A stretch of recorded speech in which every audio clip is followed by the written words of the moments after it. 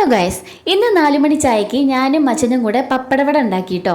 അപ്പോൾ പപ്പടം നല്ല പടപെടാൻ നിൽക്കാൻ വേണ്ടിയിട്ട് വെയിലത്ത് കുറച്ച് നേരം ഇങ്ങനെ പരത്തി വെക്കണം. ഇനി നമുക്ക് അരിപ്പൊടിയാണ് ആവശ്യം. ഞാൻ പച്ചരി കുതിർത്തത് കുറച്ച് ഫ്രിഡ്ജിലിരിക്കുന്നുണ്ടായിരുന്നു, അപ്പോൾ ഞാൻ അതാണ് കേട്ടോ എടുത്തത്. അത് നന്നായിട്ട് തന്നെ അരച്ചെടുക്കുന്നുണ്ട്. ഇനി അതിലേക്ക് 1/4 ടീസ്പൂൺ ഉപ്പ് ചേർക്കുക. പിന്നെ 1/4 ടീസ്പൂൺ വലിയ ജീരകം ഉണ്ടല്ലോ, അത് പൊടിച്ചതും കൂടെ ചേർക്കുന്നുണ്ട്. ഇനി എള്ള്, അതും 1/4 ടീസ്പൂൺ മതി. പിന്നെ ചെറിയ ജീരകം 1/4 ടീസ്പൂൺ ഇട്ട് കൊടുക്കുക. പിന്നെ മുളക് പൊടി ആവശ്യത്തിനനുസരിച്ച് ഇട്ടോളൂ. ഞാൻ കുറച്ച് ഇട്ടിട്ടുള്ളൂ കേട്ടോ.